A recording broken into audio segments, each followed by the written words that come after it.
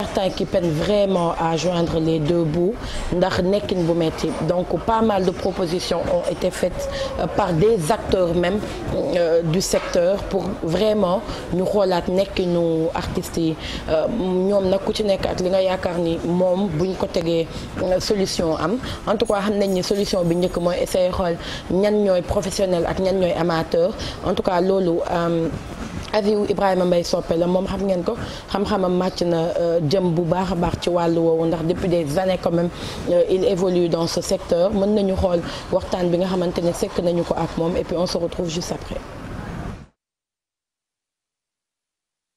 Il faut juste quand même benn problème ñu xool moo ñu xam qui est professionnel qui est semi-professionnel qui est amateur xam nga à partir de ce moment dinañ mën a xam artiste bi par rapport au SMIC li mu war a am et que vraiment à partir du moment où am na statut professionnel donc on peut supposer qu'à la retraite mu mën a percevoir donc loolu déjà c'est quelque chose. Beneen bi il nous faudrait d'abord que l'État puisse penser pour régler le problème définitif du théâtre une bonne politique culturelle boo xamante ni les compagnies privées seront subventionnées, d'accord, et il faut non seulement la formation ñu def ko mais des soutiens par rapport au festival de théâtre, des soutiens par rapport aux initiatives culturelles mais benn boo xamante ni ci lu ma xalaat la ni mën na régler lu bari c'est un fonds. Xam nga au niveau du cinéma ils avaient donné 1 milliard. Bon après premier étalon li yenn nga ñëw fii après deuxième étalon bi ñëw léegi cinéma dañ ko jox 2 milliards d'accord mooy fonds.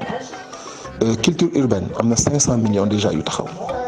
Le théâtre jusqu'à présent n'a jamais bénéficié d'un fonds. Il faudrait que les gens aussi l'État puisse penser à ça, mettre juste un fonds xam nga fonds boo xamante ni dafay jàppale initiative artistique surtout théâtrale d'une manière générale. À partir de ce moment les projets mën nañu leen ci dugal créer ay affaires yoo xamante ni les artistes pourront créer pour eux, pourront développer leur production et pour pouvoir vivre de leur art. Gis ngeen proposition yi ñu def pour que vraiment les artistes puissent vivre de leur art wax nañ ko bi ñu njëkkee am premier étalon d'or de Yenenga état bi dafa teg 1 milliard ay fonds pour cinéma ñu ganewaat ginnaaw gi itamit beneen étalon d'or mu mel ni am na ci ñoo xamante ne xëj na am na ay subventions yu état di def wala ay fonds yu état di teg pour ñoom maintenant après c'est pas tout le temps du doy parce que il faut vraiment affaire yi di gën di lu koppar yi gën a bëri en tout cas dina baax ci ñi nga xamante ne ñoom ñoo di artistes yi mais bu ñu jëlee monde théâtre par exemple ñoom limite dañu jotul benn ndimbal boo xamante ne jóge na ci état dem ci ñoom loolu problème la beneen problème bi mooy un secteur aussi quand c'est pas structuré entre guillemets quand c'est pas organisé on a du mal à les aider parce que ñoom mooy li Ibrahima Mbaye Sopé wax léegi il faut que déjà ñu xam ñan ñooy professionnels yi ak ñan ñooy amateurs yi. Aujourd'hui bu loolu amee xëy na bu fond di ñëw wala koppar di ñëw dinañ xam fan la ñu koy teg bu li nga xamante ne moom moo di formation itamit amee dina doon li gën a baax ci ñoom en tout cas secteur boo gis itam foog mu am organisation ngir ñu mën leen jàppale bu baax a baax mais quel que soit alpha l'État dafa war a dugal loxoom ci secteur boobu malheureusement Sénégal on a l'habitude de dire que sport ak culture c'est les parents pauvres de notre République malheureusement même su fekkee ni sport bi sax ñoom ñoo tane bu baax a baax ñi nga xamante ne ñoom ñoo di waa culture non seulement c'est difficile mais c'est écœurant parce que tey Bijou bëri na ci ñoo xamante ne ñi ngi dund ak jafe-jafe mais ils sont obligés boof ci seen ngox parce que bugguñu ku leen xamal et daf ci bëri ñoo xamante ne qu'on le veuille ou pas drapeau Sénégal la ñu mas di porter ci li nga xamante ne moom la ñu doon def donc ça aussi il est très important ñu wax ko ba état bi gën ci mën a taxaw et puis mën a def loxoom ci ñooñu xam nga tey liggéey ay ati yow amoo ci lu dul tour bi ak succès bi boo amee problème doo ko mën a faj boo feebaree doo mën a faju sa njaboot bu ñu nekkee ci jafe-jafe mënoo ci andi benn solution je pense que loolu yëpp itam dafay dem sax ba day atteindre sa dignité njaboot parce que parfois da ngay xool sax auparavant bon léegi mi ngi commencé changer ndànk nag mais boo nee sama papa comédien la dañ lay ree boo nee sama yaay comédienne la ay reetaan ngay def nit yi parce que dañ leen di gis ñi ngi reetaan noonu nit yi derrière du ñu am financièrement apport bi nga xamante ne moom moo si wax donc je pense que Ibrahima Mbaye Sopé def na ay propositions pour ñu génn ci mais tamit ministère de la culture war na ci dugal loxoom organiser leen bu baax nga xamante ne képp kuy dugg ci art di nga dem foofu inscrire am carte de par des cotisations wala ay versements ñu mun la assurer un avenir radieux bu fekkente ne dem nga ba arrêté wala dem nga ba jël retraite. effectivement parce que Bijou faut pas que ñu fàtte ni également culture dafa nekk pàcc boo xamante ne dafa yaatu li nekk ci biir culture yëpp dafa bëri. donc il est important itamit. képp koo xamante ne da nga war a ñëw ci seen destinée ministre de la culture bu fi ñëw nga mën a imprégné wu réellement ci lan mooy réalité boobu le secteur lan la secteur bi soxla lan mooy jafe-jafe yi parce que itam on a connu un ministre de la culture et problème bi ça revient chaque année et pour man dafa war a nekk ci suñu ginnaaw loolu lépp nag li ko waral mooy daf ci bëri quand même ay secteurs yoo xamante ne ñi ko xam du ñoom ñoo koy gérer maintenant comme on dit tout le temps peut-être que un ministre n'est pas forcément ki nga xamante ne ki secteur bi lay jóge mais boo ñëwee itamit nga entouré wu ñoo xamante ne ils sont du secteur ils connaissent le secteur dina tax ñu mën la teg ci ay orientation yu baax a baax mais su fekkee ni que yow secteur bi ñu la teg xamoo fa dara ñi la entouré ku ci nekk li nga bëgg ministre bi dégg rek nga koy wax day jafe quand même ndax bañ a ñàkk sa place day jafe pour ñu andi solution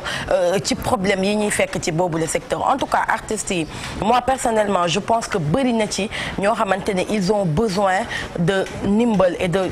jàppale état bi dugal loxoom bu baax a baax surtout nag ci secteur u théâtre bi parce que daf ci bëri tey ñoo xamante ni tur rek lañ ci dese ñii feebar nañ ñu ngi tëdd hôpital ñii xëj na bu ñu ndekkee duñu añ ñu ngi toog ak seen ngox parce que bëgguñu ku leen ko xamal mënuñu nag weer bu jot ñu ketal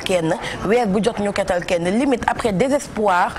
mooy installé wu ci réew mi te réew tant que espoir mu ngi am nit ñi mën nañ une demande sociale énorme boo xamante ne daf lay tiital à la fin doo toog benn fan boo xamante ne am na 10 personnes yu la bind Instagram wala WhatsApp wala xaar la fii si buntu télé bi mu jox la benn enveloppe expliquer le problème bu doy waar mais artistes yi moom il faut que ñu jóg ci ñoom dimbali leen jàppale leen bu baax et puis ministère de la culture tam ñu jox leen budget Exadex parce que à chaque fois que ngay def benn événement wala dara nga dem foofu uti xaalis amuñu budget lañ lay tegal. amul budget. doo mun a jàppale kenn budget quand même après peut-être budget bi du doy buñ nee budget bi xëj na doyul parce que xëj na secteur yëpp mënuñu tolloo budget mais foog ñu xam secteur yi nga xamante ne priorité la ci réew ñu jox leen koppar yi waat mais budget bi ñu leen di tegal ñoom aussi ci ministère yi c'est pour ñu mën a ligganti yenn soxla yoo xamante ne seen secteur la mais Bijou gis nga awma budget seen chanson la ay ministères yu bëree mënuñu dëkk ci awma budget loo wax ñu ne sama budget prévoir uñ ci lii defee lii ci nii balaa année bi di jeex damay son am nañu bien sûr que am nañu budget dañuy dem assemblée nationale marathon budgétaire day am ñun on suit de très près li nga xamante ne moom moo di marathon budgétaire bi donc ils ont des fonds pour jàppale maintenant xëj na mën na bañ a doy d'où l'intérêt ñu teg fi ministre da ngay xalaat sa xel mi màcc nga xool lan ngay def pour koppar dugg si nga mën a jàppale ñi nekk ci sa secteur mais mënoo toog aussi lu ñu wax nga xaaraat ko ci état bi budget ren ba budget déwén doo mas a ligganti problème yi Exadex les intermittents du spectacle lañ leen tuddee en France ñoom organiser nañ leen di ngay dem di cotiser di ngay dem di mën boo demee retraite nga mun a jot ci xaalis boo xamante ne moom moo lay jàppale Sénégal naka lañ leen mun a organiser ba nga xamante ne dootuñu soxla ketal kenn koo xam ne yàgg nañu bëggeel yàgg na représenter Sénégal fépp ci àdduna bi dem ba nekk mag ñu war la ketal pour nga faju wala nga mun a yore sa kër. Ça fait très mal mais il faut savoir une chose. La musique ne paye pas, le théâtre ne paye pas. C'est des secteurs yoo xam ne nii. mais est-ce que loolu jotul mu changer. waaw loolu la nag avant ñuy jëm ci nguur bi il faut que déjà les structures commencent à payer parce que nit ki boo koy fay loo xamante ne moom mooy li nga fay ko lu baax mu am un bon salaire il peut prévoir des choses yoo xamante ne incha allah ëllëg bu demee ba retraité dina ci mën a yor boppam loolu benn la. faut que le secteur paye foog ñu jóge ci kase ndaw yi leen fay bu baax pour tourner benn série ñu fay la ay 150 000 par épisode et cetera ñoo xam mais il faut mu yéeg. d'accord ba pare Exadex série yi tamit ñoom ñëpp ñu d'accord ci bu ma amul somme bi minimum je joue pas ndax tey boo bañee 150 000 par mois bi am na koo xamante ne bëggul sax ñu fay ko moom na feeñ télé. waaw loolu dañ ko loolu dafa war a jeex parce que c'est un métier il y a beaucoup ñëpp Sénégal tout le monde est comédien. Tout le monde est chanteur, tout le monde est artiste. Il faut que déjà ñu mën a xam les professionnels ñu segg leen jox leen seen wàccuwaay parce que loolu mooy permettre suñu série yi dem ci kanam muy les têtes d'affiche. Ensuite tu as les personnages dépendants ñooñu second rôle yi ñu xool aussi ñu fixé ay tarifs yoo xamante ne nit ñi dañ ciy d'accord artistes yi d'accord ci mais ñun bu ñu tourné chaque série lii ngeen ñuy fay boo leen ko fayul du ñu joué amaana bu ñu demee jëli keneen aussi tamit ñu xool ñu waxaale ko parce qu'il y va de leur avenir. Ça ne sert à rien de tourner une série boo xamante ne on te paye 15 000 wala 20 000 loolu tu vas tourner 1000 séries mais tu sa retraite day gën a métti. sax tuma la ak ñi am métier. di fekk weer bu dee. ay que bon salaire chaque jour yaakaar bi di gën a yokk ci nit yi. ñooñu ñu am ay retraite yu métti à plus forte raison ki nga xamante ne il est très mauvais il est très mal payé. beneen bi mooy la SODAV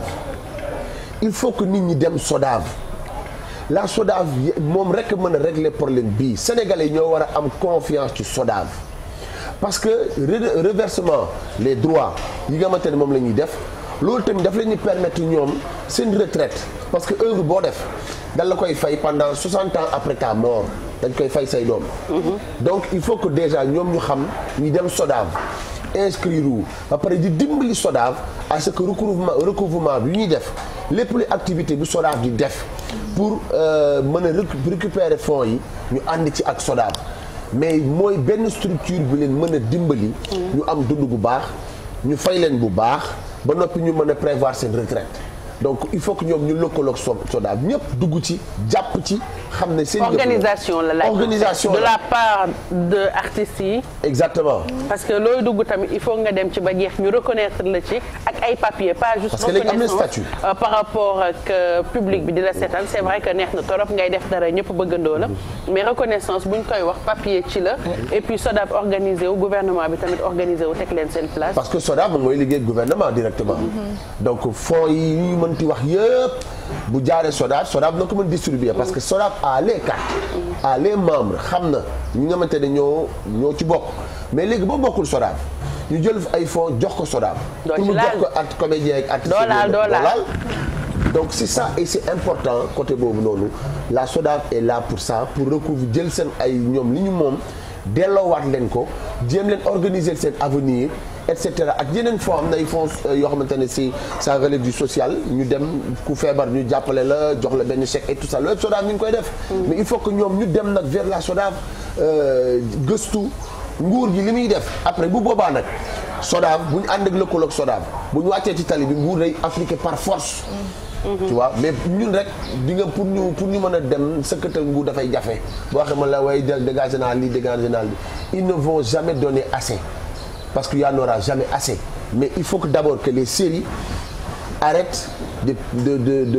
di taaba dañuy fay. en général dañuy jouer ci série yi lenn lañ lay wax ñoom duñu gis xaalis bi boo dee seetlu ñi nga xam ne ñooy produire bu sponsoring bi ñëwee xaalis bi ci ñoom lay yem d'ailleurs série yu bari da nga koy gis mu commencé du egg problème boobu dañuy am dama siffle foofu rek ci contrat bi série yi di def c'est très difficile nit ki nga xamante ni image am kese la am nga defal ko benn contrat de cessation d'exploitation d'image mooy maanaam série bi yow d'accord nga ni dama koy teg saa yi doo laal ba pare dina fay 25 000 c'est pas normal. man je peux comprendre ngeen commencé benn projet amuloo fond ngeen joué ndoo ensemble mais bu fekkente ne am na ay retombées derrière tamit ngeen mën a partager. beaucoup de retombées. beaucoup de retombées mënuñu yow mi nga xamante ne yaay jaay série yi nga joxe sa image nga d'accord ni ne d'accord fay lañ ma li ngeen may fay bu jeexee tournage yi après def leen ci lu leen neex. dama lay jox exemple Casa de Papel rek ñoom biñ koy tourné xaalis bëriwul woon affaire bi deful woon succès sax au niveau d'Espagne espagnol yi dañ ko rejeté woon série bi bugguñu ko bu baax bi mu ñëwee ba Netflix la affaire bi explosé au niveau mondial léegi imaginez ñooñu fi ñu ko tourné doxu fa ñu joxe woon cédé woon seen droit à l'image mu explosé niveau mondial bi producteur bi kese di lekk loolu day métti. voilà c'est comme les exemples yi nga joxe nii Casa de Papel mën naa d'accord première saison nga négocier artistes yi bind ko ci contrat bi. ngeen gérer saison bi ngeen gérer ku nekk na boo accepté naa lii mais deuxième saison bi su doxee da nga may fay lii benn ba pare droit yi tamit amul non parce que loolu moo si retraite en fait. lii lépp nii moo tax ñu penser organisation. ñu wax ñan ñooy comme Ibrahima Mbaye Sopp wax ñan ñooy professionnel ñan ñooy amateur xam nga tey Bijou qui est professionnel dans un truc forcément kenn du ko ci nax parce que lépp lu mu ci bëgg def dina laajte dina gëstu dina xool bu aajoo avocat wam joxe ci ay xalaatam yépp dinañ ko def mais malheureusement aujourd'hui le constat mooy ñëpp a bëgg a siiw ñëpp a bëgg a feeñ télé pour ñoom rafet rek doy na. mais c'est au niveau mondial. oui ça siiw beeg feeñ télé bien sûr en fait c'est un phénomène. tout le monde cherche la célébrité chaque période ak li ciy xew am na période yoo xamante ne ñëpp dañuy bëgg a woy ñëpp bëgg a football. oui mais actuellement. série moo xew feeñ télé moo xew donc ñëpp bëgg a génn télé. bien sûr ñëpp moom lañ bëgg a def instant bi mais loolu lépp tam dafay ànd ak parce que boo toppee bëgg a siiw bi rek. ëllëg après problème yi moom moo lay dal c'est-à-dire di nga am notoriété. di nga ci mën a am xëj na ñaari far ñett yu la jëndal kii téléphone kii oto kii après te loolu du wéy après day jeex xam nga donc il faut vraiment nit yi repenser xool sa avenir moo ëpp solo. li ngay mën a lekk tey xam nga sànq on parlait de budget oui xam nga sànq on parlait de budget bu ministère de la culture par exemple te bëri na ci ministère yoo xamante ne boo amee soxla mu nekk ci sa secteur nga dem fa dañ naan la j'ai pas de budget wala budget bi prévoir ma ci woon loolu ministère de la culture par exemple ci marathon budgétaire bi passé 49 milliards 242 millions 777 212 francs CFA lañ leen signé donc après mën nañ ma ne du doy mais 49 milliards c'est un bon départ loo ci dolli faj aajo secteur bi maintenant après comme je disais du théâtre rek oui mën nañu ut ay partenariats les ministères sont faits pour ça pour jéem a xool nu ñuy gérer seen secteur mais yaakaar naa ne soxla na assise entre professionnels yi gouvernement bi ak ñëpp ñi nga xam ne ñi ngi yëngu ci wàllu ñoom aussi Bijou nga baal ma ñu àndandoo nekk benn gis nga man maa ngi fàttaliku jour bi ñuy def ay travaux ci pour SODAV bi boobu avant Ngoné Ndour di ñëw Angélique la dame la Fatina sant bi moo njëkkoon a yor SODAV gis nga jour boobu ñoom rayante rek lañ deful King Fahd Palace rayante c'est-à-dire lu waay xamal sa morom ci lu ñaaw keroog ci ay artistes yu bëri waxante ngeen ko te yéen ngeen ne li ngeen di daw c'est pour un intérêt commun donc yéen ñoom ci seen biir aussi mais nga baal ma sa parfois di nga xeex loo xamante ne sax yow doo ci jëru ñi di ñëw ñoo ci jëru mais au moins tu auras le mérite il faut qu'on ne ñu jéem a xool ñun sénégalais naka la ñuy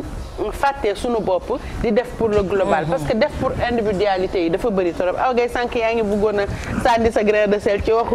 artistes yi dafa doon bàyyi coro daaneel yeah right kii laa doon wax rek lu mu naan comme xale jigéen dañ ci benn par ñaar and stuff like that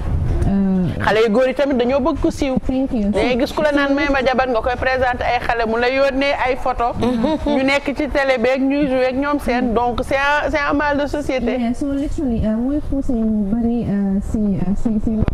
poussé xale jigéen yu bari micro bi oh voilà ma ne mooy poussé ñu bari si li Coro di wax first of all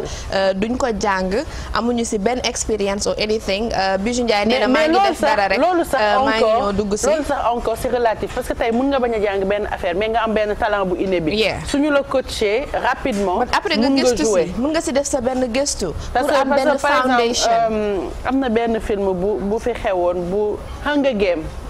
ki ko doon jouer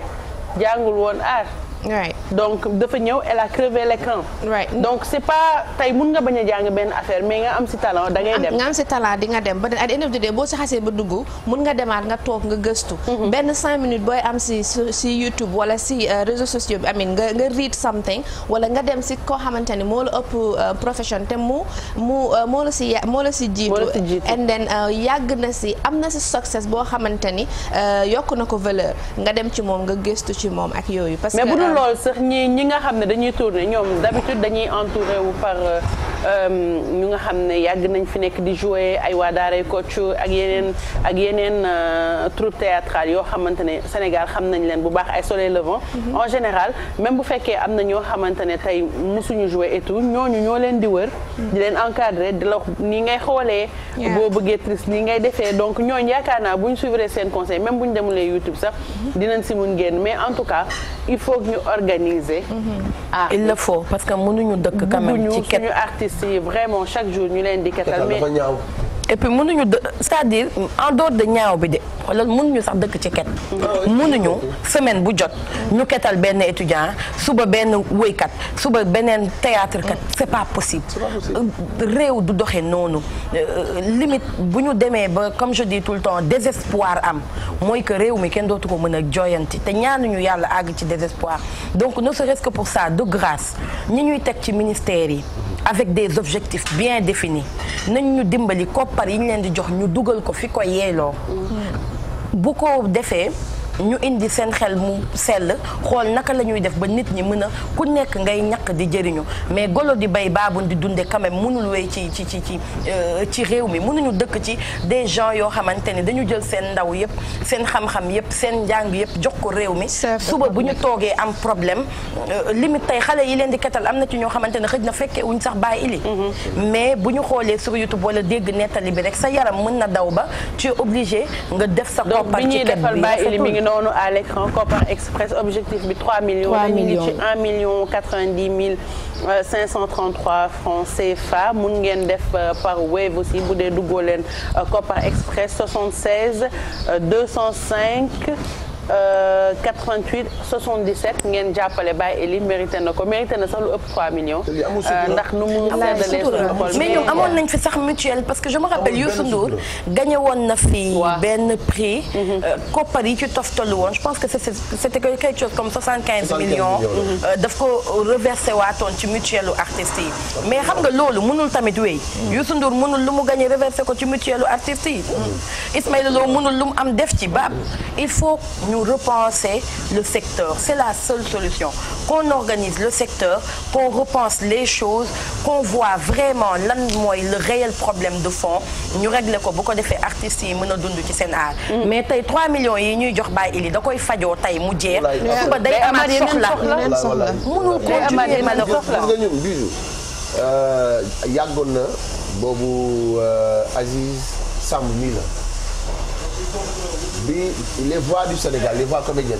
du Sénégal dañu amoon temps dañu doon fayal ko mooy voix yi publicité. waaw mooy ñun. bi ñu defee à un moment donné ñu toog ñu ne dañu sonn ci li ñuy fay chaque publicité te man maay jaay sa produit. nga ci am ay centaines de millions. man nga may fay ay 25 000 francs. loolu duñ ko nangooti. ñu def benn association boobu ñu ngi joxe ñu ngi ko defee woon fële maison de la culture Douta Seck pour yéegewaat niveau yi ci li mu delloo 100 000 150 000 par voix mu am kenn ku jaar ci suuf pour am part marché yëpp il a fait du dumping et quand cette personne a fait du dumping on a quitté de 150 000 ou 100 000 à 25 000 francs moom la doon defee publicité bi yàq carrément marché bi. ba nga xamante ne kenn suñu tey mënutul defati publicité. ñoo da ngeen bañ ngeen télé nangu leen mën a jël publicité yëpp. li ngeen ci doon jot sa jotatoo leen. mais jotatuñ ko ci. moom fu ngeen tourné dégg ko. fu ñu toll dégg ko. 25 000 francs ñu di la ko fay léegi ñun voix comme ñëpp ñu nga xamante ne moo ñu doon dundal. 150 000 100 000. ñu ci doon am bu baax macha allah. ku ñëw woo la allo diw waaw nga ne ko waaw mun na waaw dama la soxla pour benn sport nga ne ko waa ñaata mu ne la waaw ah man de 25 000 laa ma ko non man du ma ko defee 25 000 mu ne ah diw de fay naa ko 25 000 la ma ko def ma ne ko mais nga woo ko. waaye nit ñi tam parfois dañuy ruube de. waaw non dañuy ruube dañ koy def ci soirée extradix dañ lay woo pour nga présenter. naan la telle personne temps la ma fayeeku donc mooy loolu. mais nga bañ man moom laa man je ne brade pas ma voix. sometimes sama zéro voix du ma sax ko brader. boo ma ñaanee sama voix mën naa la ko may. mais ma du ma brader sama voix mooy li ma am mooy li may dundal. soo ñëwee ma la lii laa koy defee. dafa cher ma la nga dem ci ku yomb. jeex na teg et puis ku ne noppalu. bañ ni télé nangu lele. en tout cas artistes yi soodu nañ leen si jàpp. ku ci nekk mën a dundee sa art moom mooy li war parce que bégal nit yi représenté Sénégal ba doon mag tamit te mënuloo dara sa bopp dafa métti bëggatuñu gis.